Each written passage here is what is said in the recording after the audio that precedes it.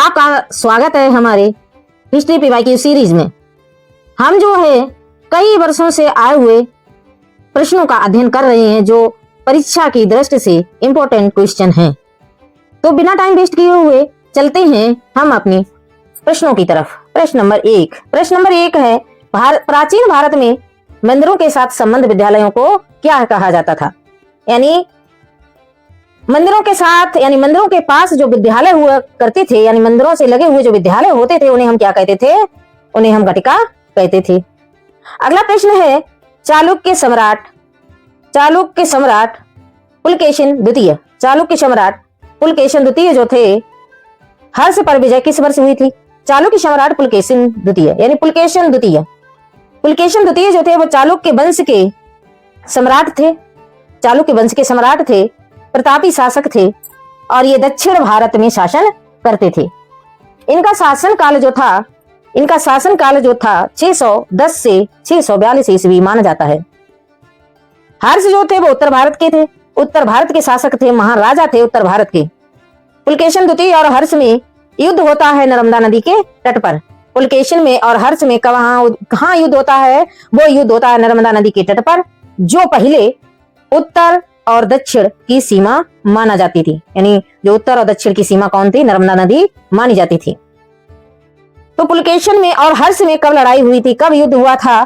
तो 612 ईस्वी में, जिसमें हर्ष की हार हो गई थी। अगला प्रश्न है चुंबकीय दिशा सूचक का भारतीय महासागरों में प्रयोग की प्रारंभिक सूचना किसके द्वारा दी गई थी? तो किसके द्वारा सबसे पहले हमें सूचना मिली थी? सदरुद्दीन मोहम्मद औफी की एक रचना है जामे उल हिकायत।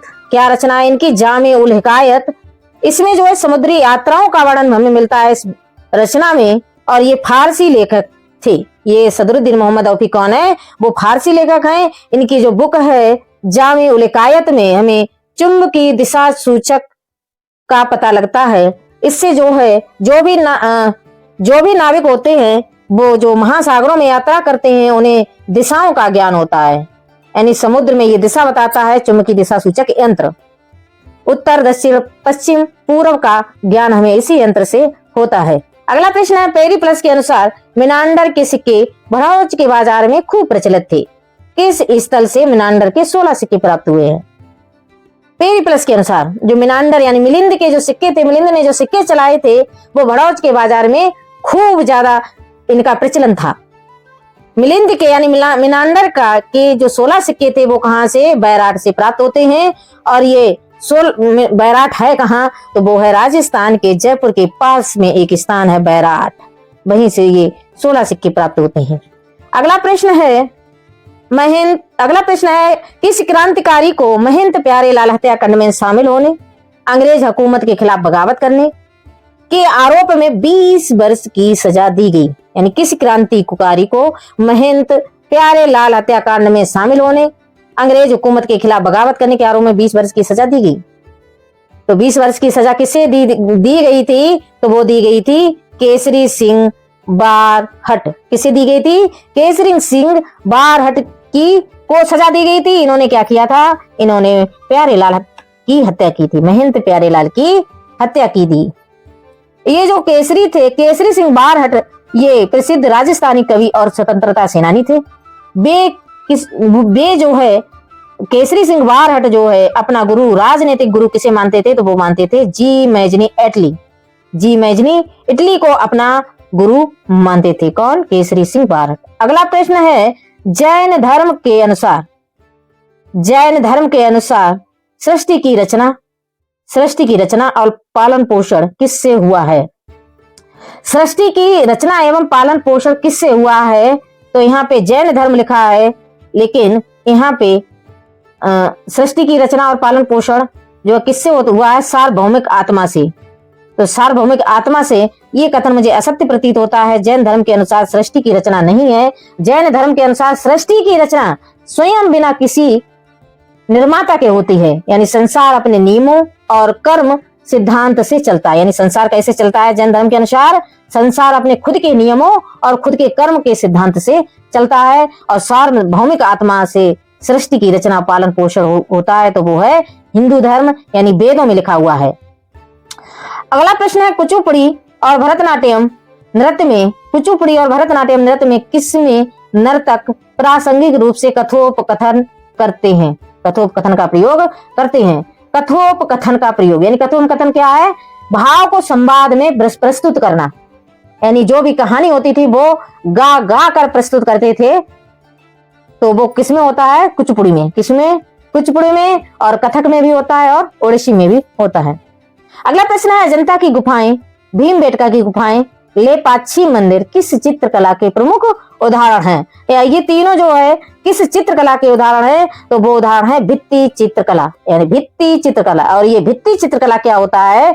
भित्ति चित्रकला दीवारों पर चित्रों के माध्यम से, यानी दीवार पर चित्र बने होते हैं और इनके माध्यम से कहानियां, धार्मिक दृश्य और जीवन दृश्य को दर्शाते हैं। यानी दीवारों पर चित्र बनाकर जो है कहानियों को और धार्मिक दृश्यों को और जीवन दृश्यों को दिखाते हैं। और इसमें जो है प्राकृतिक रंगों का प्रयोग होता है जो लंबे समय तक चलते रहते हैं। इसमें जो रंगों का प्रयोग होता है प्राकृतिक रंगों का, इसमें जो है टिकाऊ होते हैं। ये रंग जो है बहुत लंबे समय तक रहते हैं और ये टिकाऊ होते हैं। अगला प्रश्न है कालिदास द्वारा रचित मालविकार मित्रम, ये संस्कृत का ग्रंथ है। मालविकार मित्रम ये नाटक है। इसमें शुंग वंश के किस राजा के पुत्र अग्निमित्र की कहानी है?